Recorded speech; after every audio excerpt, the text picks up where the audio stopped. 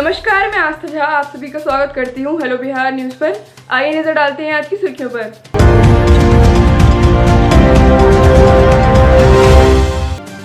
बिहार में 1076 नए कोरोना संक्रमित मिले।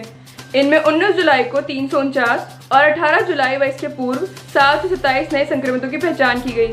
वहीं 8 कोरोना संक्रमितों की इलाज के दौरान मौत हो गई। इसके साथ ही बिहार में कोरोना संक्रमितों की संख्या बढ़कर 27,455 और मृतकों की संख्या 187 हो गई। इसके साथ ही राज्य में अब तक 17,535 संक्रमित मरीज इलाज के बाद स्वस्थ हो चुके हैं।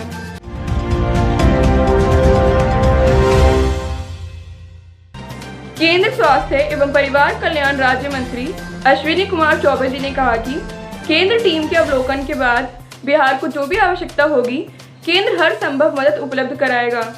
10,000 रैपिड एंटीजन टेस्ट किट उपलब्ध कराए गए हैं। आगे भी टेस्टिंग से संबंधित अन्य चिकित्सीय उपकरण उपलब्ध कराए जाएंगे।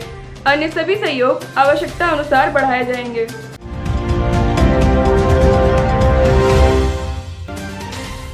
चुनाव आयोग भले ही बिहार में तय समय पर विधानसभा चुनाव कराने की बात कर रहा है, मगर तेजी से बढ़ता कोरोना संक्रमण इसमें मुश्किलें पैदा कर सकता है।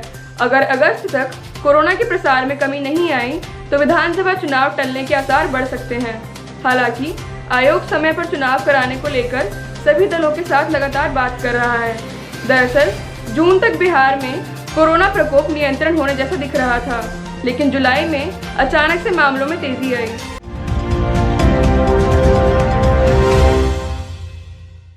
वैश्विक महामारी कोरोना वायरस के कारण किर्गिस्तान में मेडिकल की पढ़ाई करने गए भारत के करीब 3,000 छात्र वहां फंस गए हैं।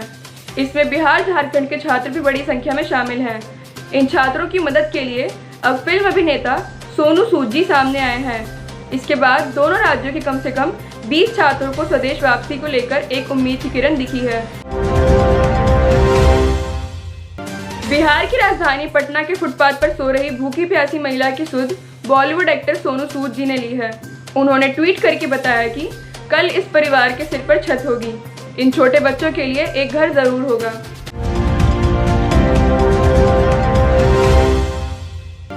राजद नेता तेजस्वी यादव जी ने कहा कि जिसका टेस्ट तक नहीं हुआ उसकी भी रिपोर्ट आ रही है, और जो टेस्ट करवा रहे हैं उनकी कई दिनों तक रिपोर्ट नहीं आ रही है। हमारे पार्टी के कई एमएलए 18-19 दिनों से अपनी रिपोर्ट का इंतजार कर रहे हैं, पर अब तक रिपोर्ट नहीं आई। अब तो हमें बिहार के मुख्यमंत्री जी की रिपोर्ट पर भी शंका है।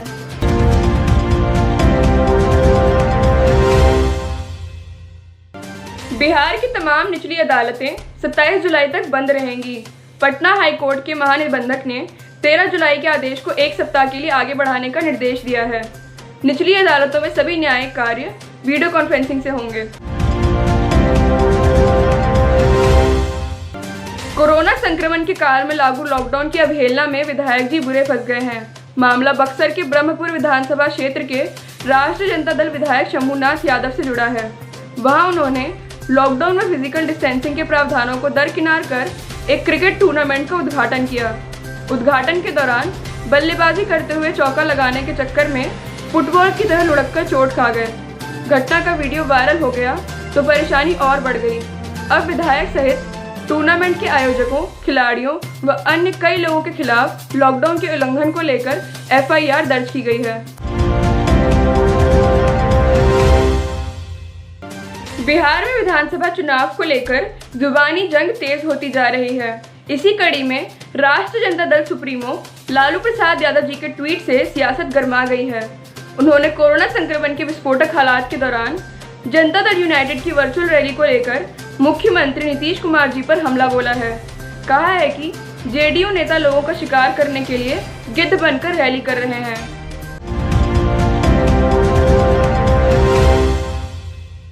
बिहार विधानसभा चुनाव को लेकर सभी दलों की तैयारियां चल रही हैं। इसी कड़ी में जनता दल यूनाइटेड ने अपना पोस्टर लॉन्च किया है।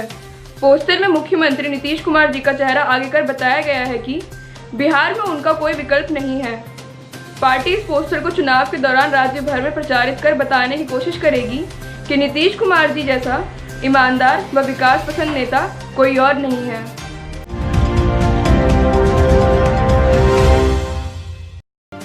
भारत नेपाल के रिश्तों में आई कड़वाहट के दौर में दोनों देशों के बीच एक और सीमा विवाद खड़ा हो गया है। नेपाली नागरिकों ने बिहार के पश्चिमी चंपारण जिला अंतर्गत भिखनाठोड़ी में सीता गुफा के पास भारतीय जमीन पर नया दावा ठोक दिया है। मामला नेपाल के मंत्रियों व वहां के पुलिस प्रशासन की मौजूदगी में नेपाली नागरिकों द्वारा एक सीमा पिलर को उखाड़ फेंकने का है। स्थानीय लोगों ने इसकी जानकारी प्रशासन व सशस्त्र सीमा बल को दी।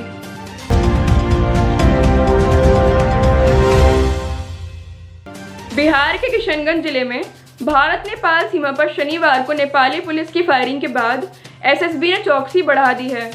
सीमा पर किसी भी तरफ का कोई विवाद न हो, इसीलिए सीमावर्ती क्षेत्र के सभी पशुपालक किसानों को बॉर्डर पर मवेशियों को नहीं बांधने की हिदायत एसएसबी व स्थानीय पुलिस ने दी है। साथ ही लॉकडाउन के नियमों का सख्ती से पालन करने को कहा है।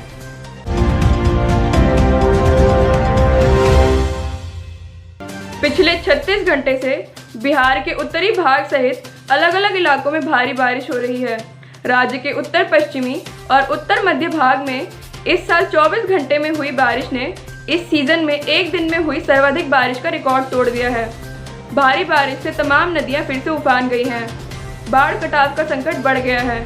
पटना समेत कई शहरों में जल जमाव से जनजीवन बेहाल हो गया है।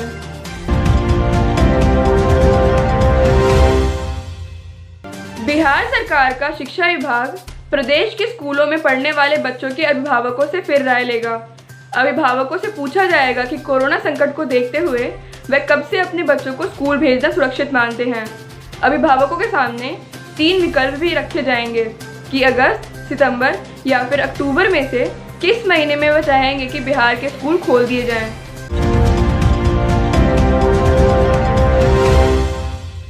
बिहार के बांका में कटोरिया सुइया मुख्य मार्ग पर सुइया थाना क्षेत्र के सतलेटवा मोड़ के पास सोमवार को पुलिस से बचने के लिए भाग रहे युवकों की बाइक पेड़ से टकरा गई। हादसे में एक युवक की मौके पर ही मौत हो गई, जबकि दूसरा युवक गंभीर रूप से घायल हो गया। इसी के साथ मैं आस्था झा आप सभी से विदा लेती हूँ। कल फिर मुलाकात होगी कुछ नई खबरों के साथ। तब तक के लिए अपना और अपने परिवार का बहुत ख्याल रखें। आशा करती हूँ आपको हमारा न्यूज़ प्रोग्राम पसंद आया हो। इसे लाइक एंड शेयर ज़रूर करें। धन्यवाद।